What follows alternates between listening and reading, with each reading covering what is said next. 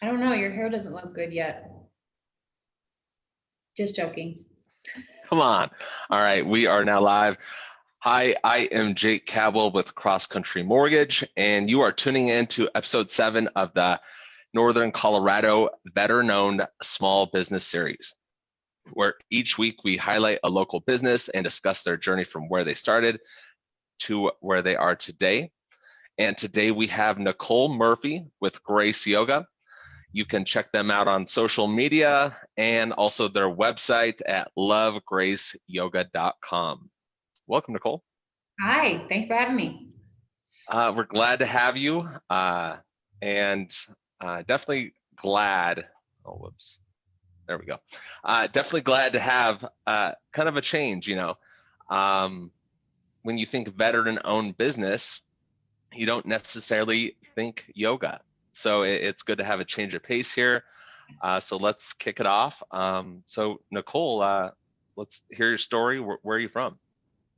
So my family spent a lot of time in Texas and then moved to Colorado.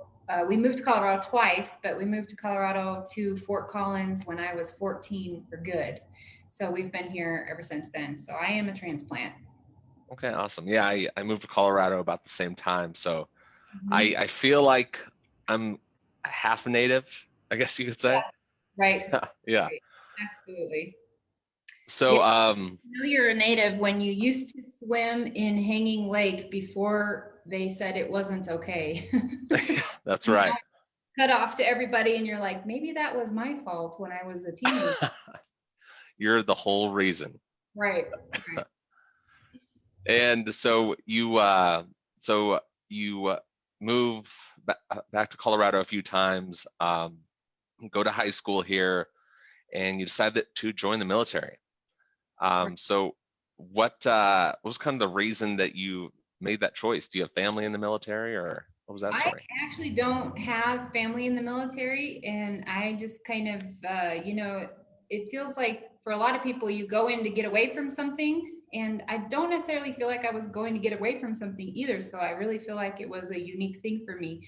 I just felt like, and I still feel like everybody should serve somehow, some way at some point. And the youngsters, it feels like that's a good thing for them to do. And just I wanted to serve, and but then also I didn't know how I would get to college otherwise, and so the college aid was a big draw for me, Absolutely. and I think that's just so cool how the military takes care of their people like that. I mean, we do our part, and then they do their part and help us out, and so it's just a really cool setup the way they have it. I think it's Yeah, pretty. I think the service is very important. That's a huge reason why I joined myself. And it's definitely you have everyone from all over the country, different backgrounds, different socioeconomics, and it all kind of puts you on a level playing field. So Yeah, it's a big mixing pot, isn't it? It's pretty cool. absolutely, it's really cool. And so you want to serve and then also take advantage of the GI Bill, which I completely understand and took advantage of that as well too. Right. Yep. So sorry, go ahead. No, it's really awesome. Like I said, I can't, any young people out there watching or any parents, I think sending your kids to the military is a great idea. There's just any job you can want in the military, Hmm. and you get training that lasts you through your whole life, which is awesome. And that VA home loan too. Right. I haven't taken advantage of that, but yeah, that's a thing too. Yeah, we'll talk then. Um, so so you joined the Air Force, and what'd you do in the Air Force? In the Air Force, I was an aircraft fuel systems mechanic. So I worked on, I was really lucky that I was in a composite wing. So, never a dull moment. We had 15s, 16s, B1s, 135s. So I got to work on all those different airframes. And it was just a wonderful experience, super fun. That's awesome. And you were in for 4 years? Yep, just 4 years. Went in, did that 4 years, and then got out and started at college like I was hoping to do. Awesome. Where'd you head to college at? So I went to high school at Cooter in Fort Collins, and I graduated from CSU in Fort Collins too. So, I got to stay in my hometown for both of those, which is great. Yeah, that's awesome. And so you go from fuel systems mechanic, and I assume you did something similar in college. Oh yeah, absolutely. I went to school for aircraft mechanics. No. I totally flipped the script. I went into the military thinking I was going to be a teacher. So I was going to, no, I went into the military, picked my job. I wanted to be an aircraft mechanic, did that. But then when I went to college, I wanted to be a teacher. And, while I was in the Air Force, I actually volunteered at the local grade school there and realized I don't like teaching kids. And that was like a whole huge jolt to me because now what am I going to do? So what I went to school for actually was horticulture. So I have a horticulture degree from CSU. I mean, that's great that you were able to discover that prior to getting your degree. I have talked to some teachers that didn't discover that until afterwards and had to make that change. So Right. that's great that you're able to figure that out and know that about yourself. Yeah, it was shocking though. When even from a kid, you little girls write down what they want to be when they grow up, and I wanted to be a mom and I wanted to be a teacher ever since Mm-hmm. little, like 5. Mm-hmm.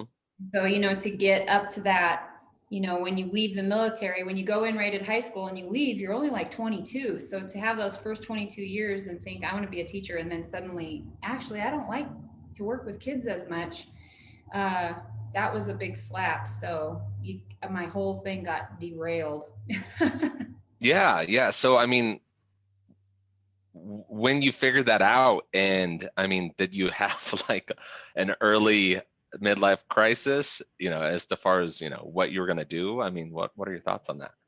Yeah, lucky. I feel like in my life and in the military, they do this for you. It kind of happens automatically. I've had a lot of mentors, and at a very young age, actually, I realized the value of mentors. And so even when I was in the Air Force, I had mentors. And I had about 6 months until separation when I realized I don't want to be a teacher anymore. And so during those last 6 months, it was kind of like I was talking to everybody. What am I going to do? What am I going to do? What do you think I should do? I mean, what the heck? And Mm-hmm.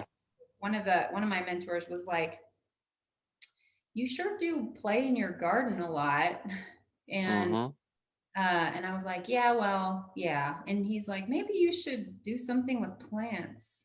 Mm-hmm.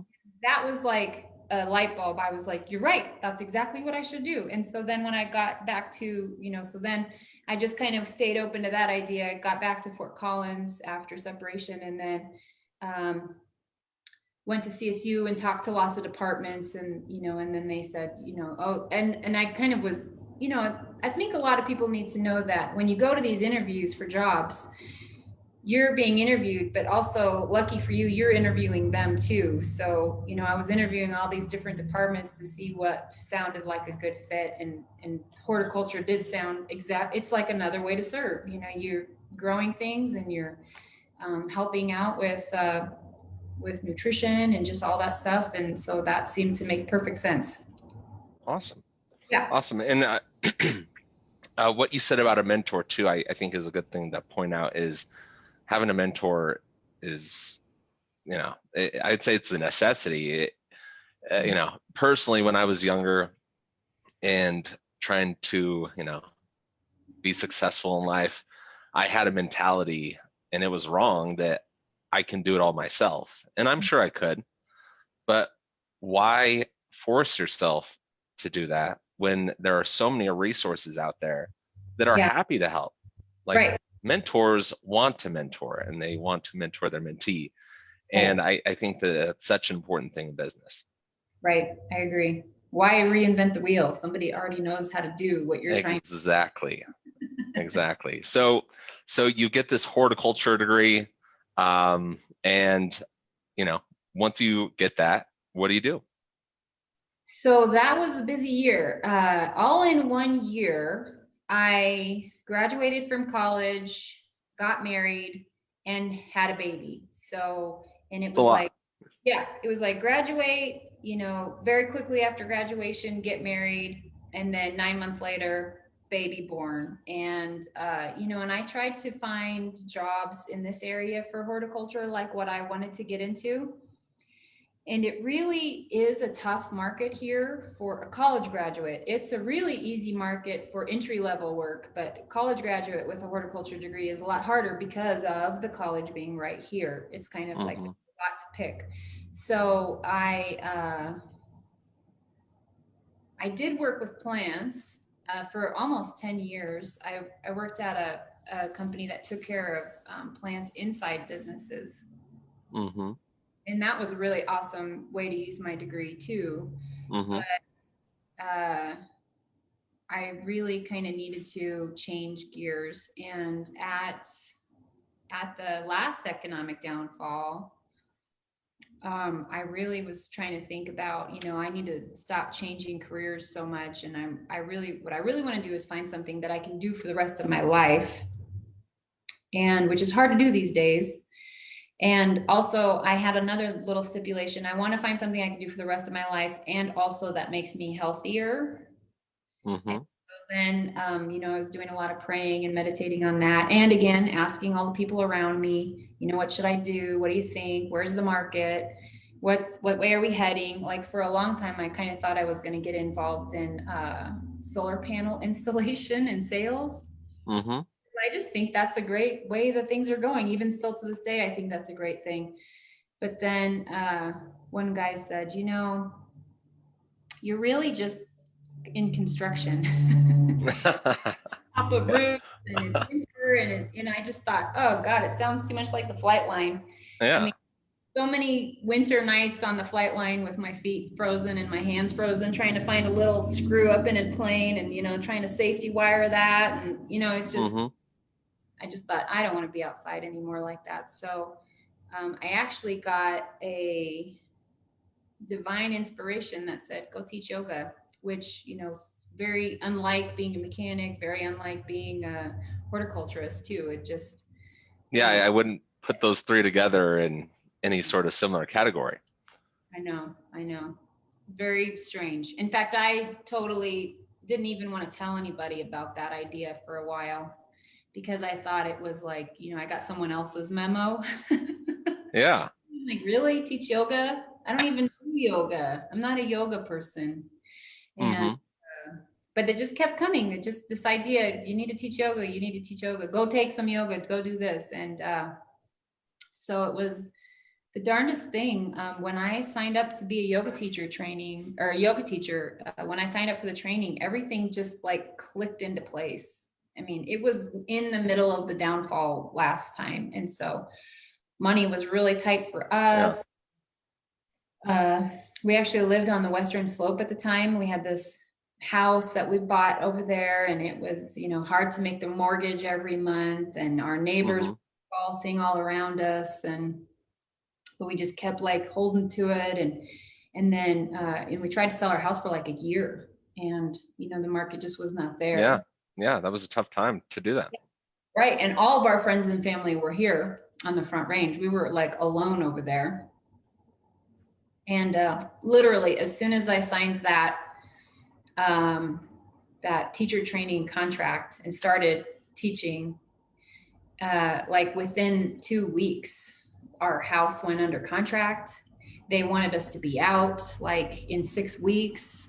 Mm-hmm.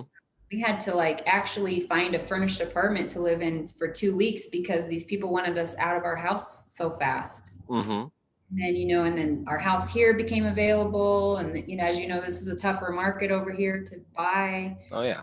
We found the right place. And, it was just like everything fell into place when I signed up to be a yoga teacher. So, It was like divine intervention.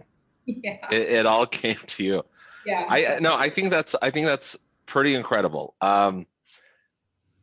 One thing that you said that caught my attention was that, you were looking to stop changing fields, changing gears, something to settle, and you ended up finding this thing, yoga, and this, unrealized passion for it.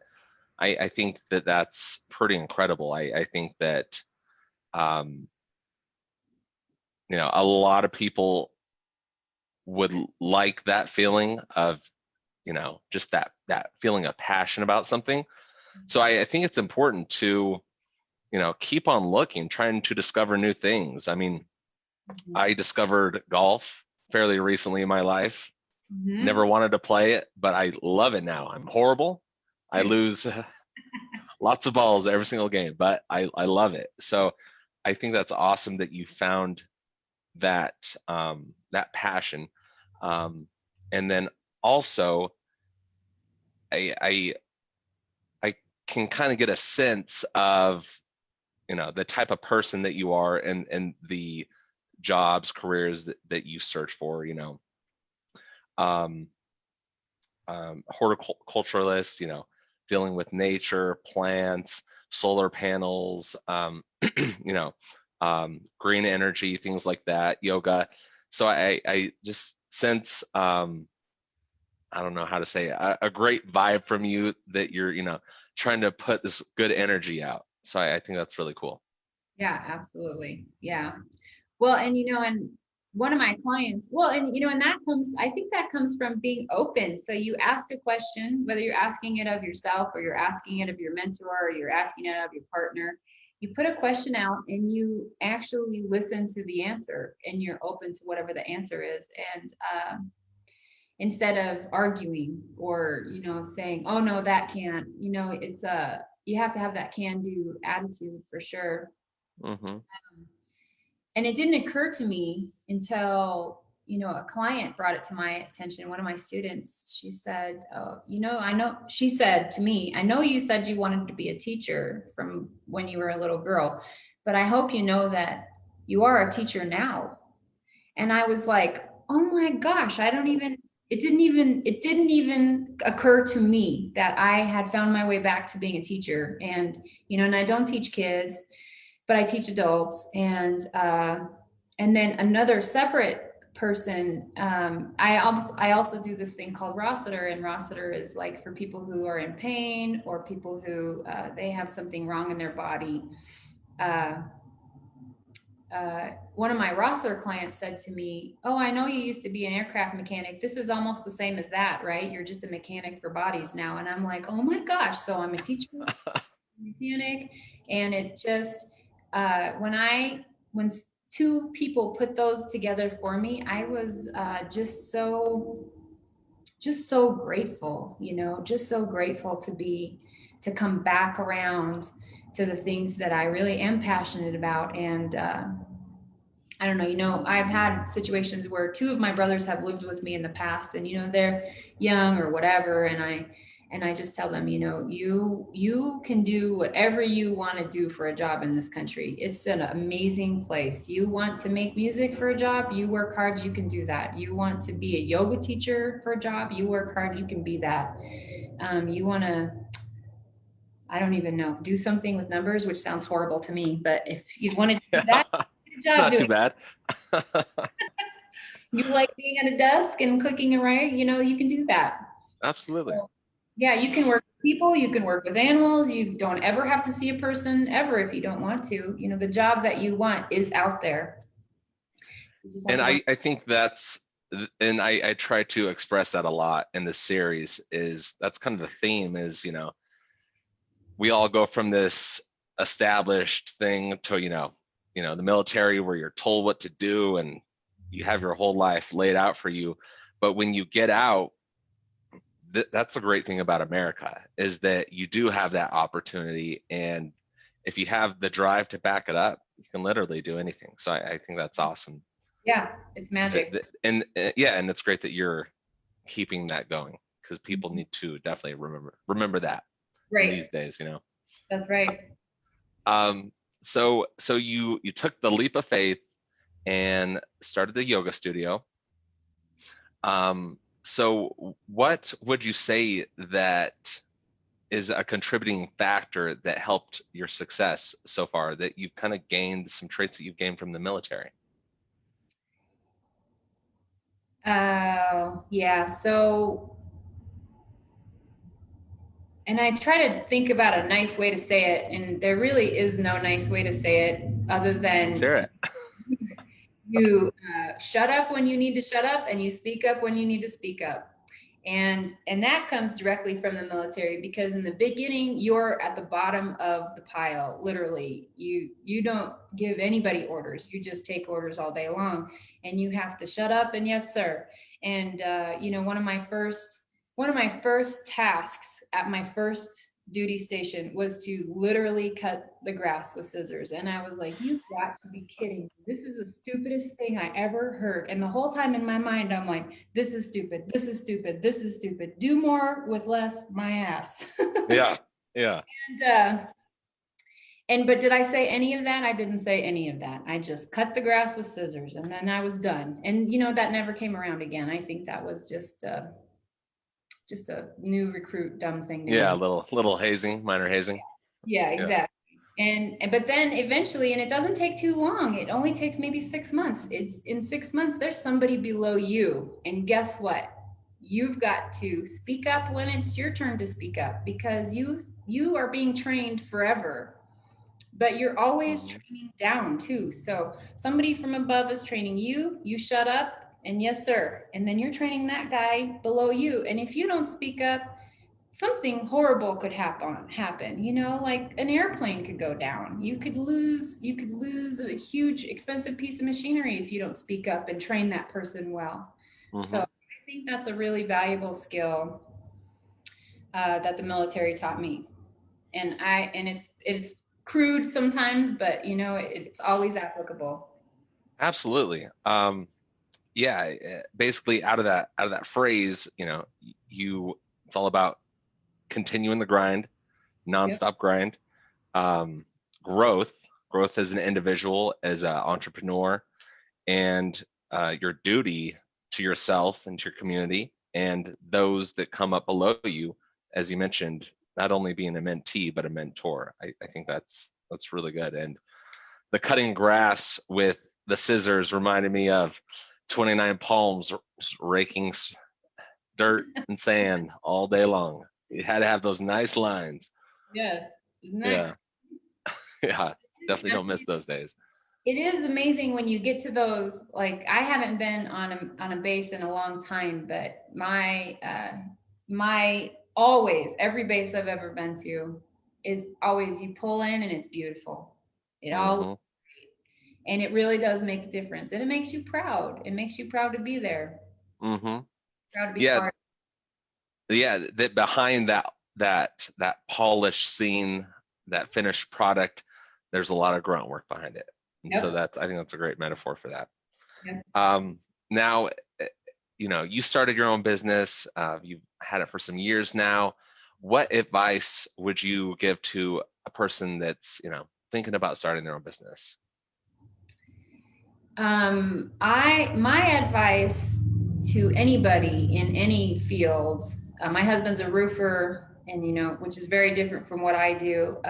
My advice to anybody in any field is to go out and find that mentor. And I want to be clear. I think there's value in not just you're probably not going to find just one mentor who can give you everything you need, because not only do we need somebody showing us how to be a good business owner, but we need somebody showing us how to do good self-care. We need somebody showing us how to do good, be a good family member. And then in a lot of my peer groups that I'm part of, networking groups and stuff like that. Um, just like you said, we mentor up, or we get mentored and we mentor. And that is, it's like, it's just an invaluable thing, because it pushes you forward. Everybody continues to move. And I don't even want to say ascend. It's not that you're ascending, but you're just continuing. Hmm. And That momentum. mhm. Yeah, I mean, there's definitely not going to be, that mentor that more than likely that is that perfect person. You're going to want to get help and advice in all aspects of life. I think being a well-rounded individual, as you mentioned, in health, family, fitness, religion, uh, Mhm. everything, it's just going to make you a better person and make your life so much happier and those around you. So I think that's really awesome. Mhm. So you start Grace Yoga. You have classes on your website. You have your schedule on there, so you can do drop-ins. You can do memberships, right? I don't actually have memberships at this time, but I do have drop-in, and you can have a punch card. Okay. Membership was a decision I made in the very beginning because I feel like a lot of times people get that membership and they don't use it, and it Yeah, just comes out of the bank account, and that didn't feel good to me to be receiving that money, because for me it's all about the relationship and I want to see your face. So there's more motivation for you to come, I think, and there's more motivation for me to get you back in if we don't have memberships. So there's that's punch cool. card, and you can use, so that way you can save money for sure with a punch card. I think that's awesome. You don't just want to see that money come in the account. You want to see that face along with it. Right, right. That's awesome.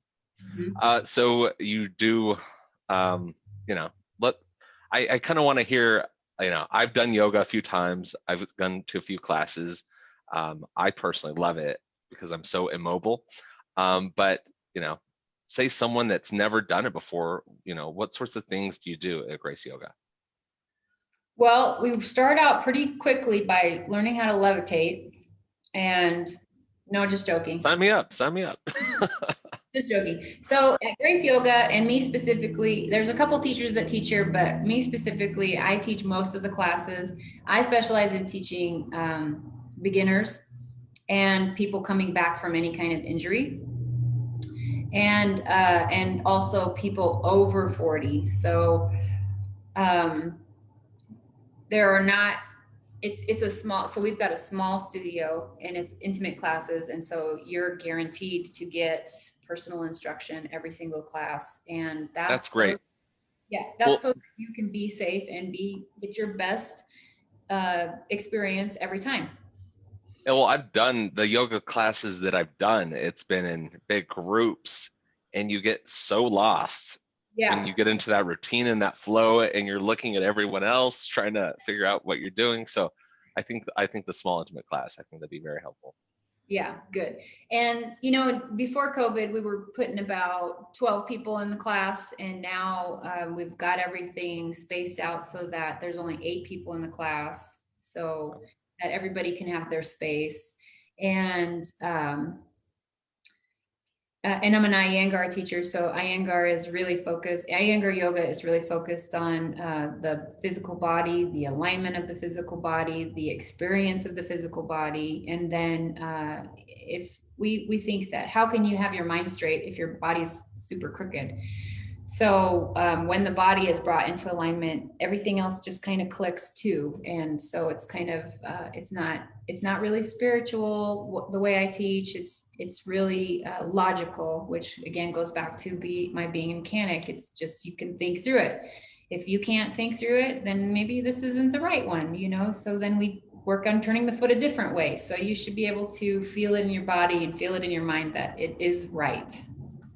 And if somebody's had an injury in their shoulder, their pose is going to look different than someone who hasn't. And so I'm really good at, and I really specialize in helping those people who've had an injury figure out how they can participate without being defeated and without injuring themselves more or again. I think that's great. I do a good amount of CrossFit, and they're really big on scaling everything. If you don't have the ability to do the actual programming, it's you still want everyone to get the advantages of it. Right. And like you said, it, I like that your focus is on practicality, and not necessarily that spiritual thing, but after doing a yoga class, you're just you know zenned out. I mean, you just feel relaxed, clear mind. Mhm. So I think that's awesome. Cool. Yep, I do too. It's fun. It's fun to have beginners come too, and they're in that, and sometimes they'll tell me, I was in this big class and I didn't feel comfortable, and everybody had the outfit, and I am stiff. And I like to say, well, if you're dirty, you're never too dirty to take a bath, and you're never too stiff to begin yoga. I mean, we all Mm-hmm. so Yeah, great point. yep. And so it's not only a yoga. In fact, right before we hopped on here, I saw that you were talking about some merch that you have at Grace Yoga. Yeah, so this summer we took over in a second building. So we've got the yoga studio in one building, and we've got a wellness center in the next building over. And Mm-hmm. so in the wellness center, we've got some energetic healing modalities happening, not by me, but by other people. We've got some personal training happening, some TRX classes.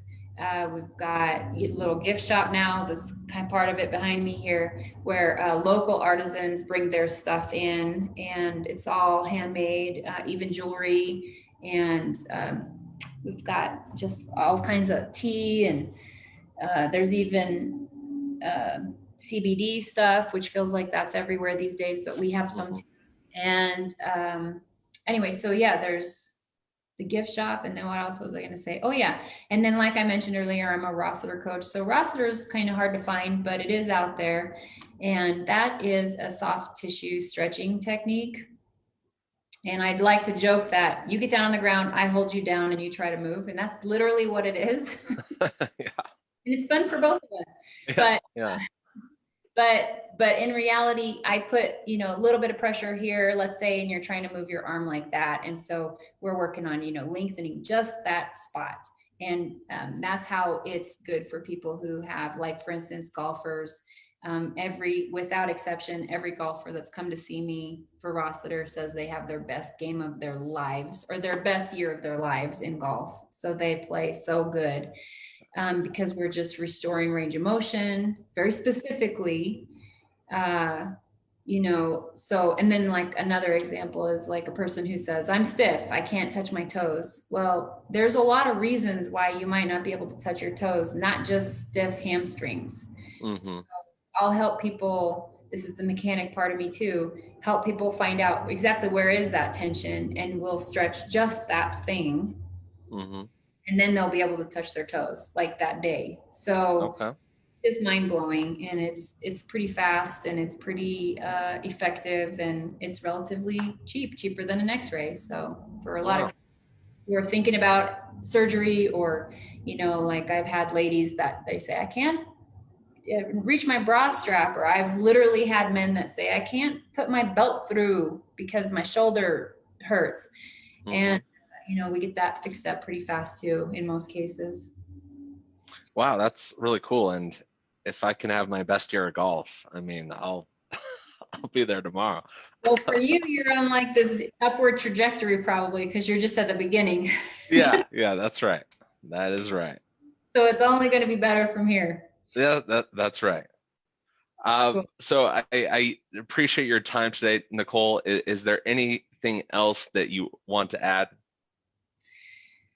I don't know. We've talked about so many things, and I mean, I'm grateful for you for putting this together. It's a really neat series that you're doing, and just getting to know. I feel like you said at the very beginning, we all go in and we're all in the military, and we're all wearing the same outfit, and we're all marching the same steps. And from a distance, we probably look really just the same. And Mm-hmm. yet people get out, and whether they do 4 years or they end up retiring or whatever, people are coming out of the military and they're doing great things. And it's Absolutely. all just like we explode out and just do whatever. And Mm-hmm. for a lot of people who've been in the military, they have had a lot of time and opportunity to really think, what do I want to do? And so then they're able to act on that. And then, but the opposite is true too. So there are a lot of people who come out of the military and they're like, that was all I knew, I don't know what to do now. Mm-hmm. And the one thing I want to say to those people, and whether you even were in the military, sometimes you still have that feeling like, I don't know, I'm Yeah. lost. Yeah. 30, I don't know what to do. I'm 40, I don't know what to do. I'm 50, I don't know what the hell this life is all about.